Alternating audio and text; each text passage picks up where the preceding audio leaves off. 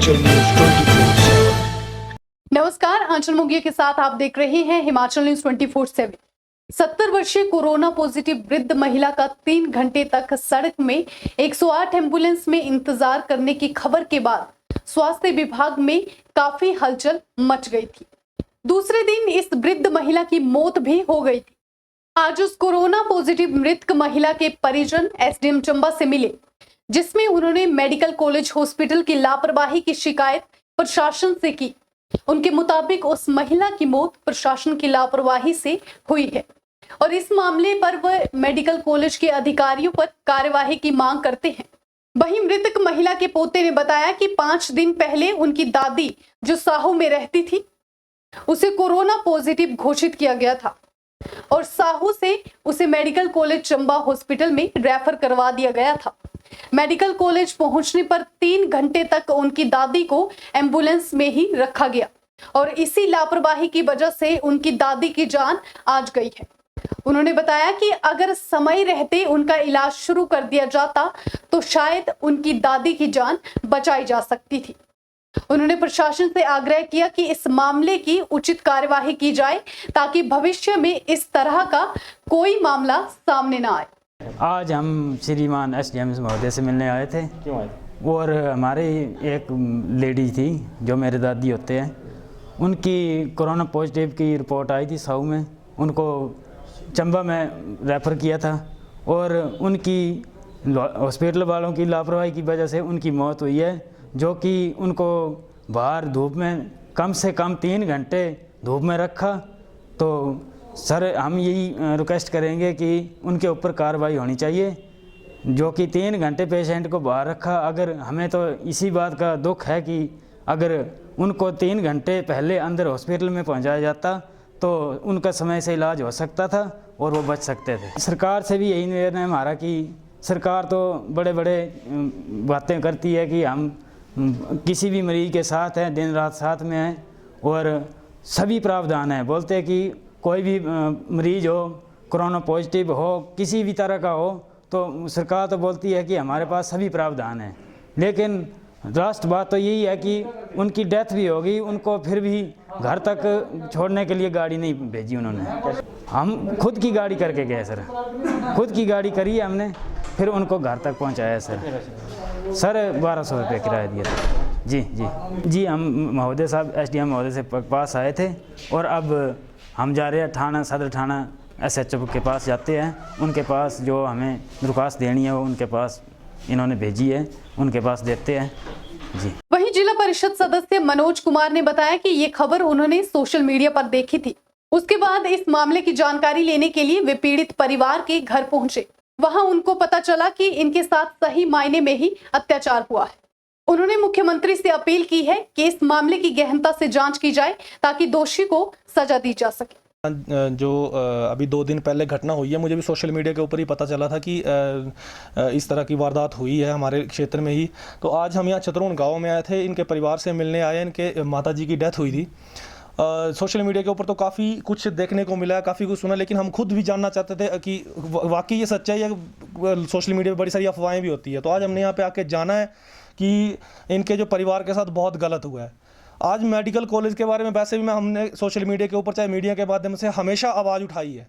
इतने बुरे हालात है और इनके साथ भी बहुत गलत हुआ है कि एक तो इतने दूर से हमारा जो साव क्षेत्र है, ये ये साव पंचायत है, ये साव हमारे क्षेत्र की 10 पंचायतों का केंद्र बिंदु है और सारी भौगोलिक परिस्थितियाँ इतनी हालात यहाँ पे दूर दूर से आते हैं। और यहाँ से जब मरीज़ को चंबा पहुँचा रहे हैं और 3-3 घंटे तक जो है यहाँ पे इंतज़ार करना पड़ रहा है मरीज़ को, और 3 घंटे में कितने हालात उस मरीज़ की क्या हालत हुई होगी। तो ये बहुत दुख की बात है। और मैं इसके लिए हमने विधायक महोदय से भी बात हुई थी पिछले कल। विधायक महोदय भी मेडिकल कॉलेज पहुंचे थे, तो उन्होंने इसके ऊपर कार्रवाई की बात कही है। और मैं मीडिया के आप लोगों के माध्यम से भी माननीय मुख्यमंत्री जी से मांग करना चाहता हूं कि यहाँ पे चंबा के लिए आप स्पेशली पर्सनली इसमें इंटरेस्ट लें, क्योंकि चंबा में गरीब जो तिल तिल मरने को मजबूर हैं, तिल तिल मर रहे हैं, क्योंकि ये दर्द सिर्फ वही समझ सकता है जिसके ऊपर ये बात बीतती है। मैं खुद इस चीज़ को झेल चुका हूँ, पर्सनली झेल चुका हूँ। यहाँ पे गरीब तिल तिल बनने को मजबूर हैं। अब एक सोचने वाली बात है, मान लो कि अगर इसमें पॉजिटिव आ भी गया, मरीज अगर पॉजिटिव आ भी गया तो इसमें उसका क्या कसूर है? कम से कम जो बीमारी है उस बीमारी का तो इलाज होना चाहिए था।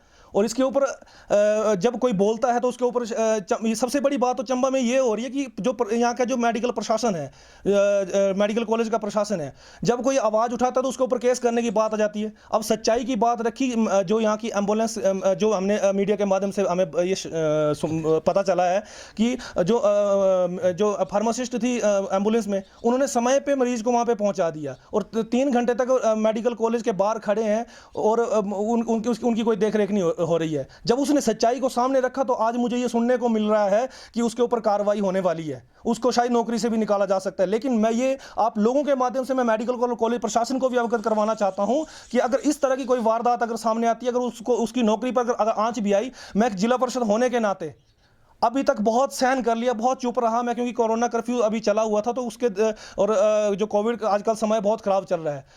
लेकिन अगर इस तरह की अगर आप लोगों ने हरकत करी तो उसके लिए हम खुद भी सबसे पहले सड़कों पे उतरने के लिए तैयार हैं। और आप जो इस तरह की हरकत, क्योंकि आप देख रहे हैं पिछले 1 महीने में बहुत सी हमारे यहाँ पे आप लोगों की लापरवाही से हमारे क्षेत्र के बहुत से जो यहाँ पे लोग हैं वो मर चुके हैं। एक के लिए हमने शिकायत की भी है और जिस पर आज तक कोई कार्रवाई नहीं हुई, 1 साल हो गया। लेकिन कोरोना की वजह से हम लोग चूक पाए।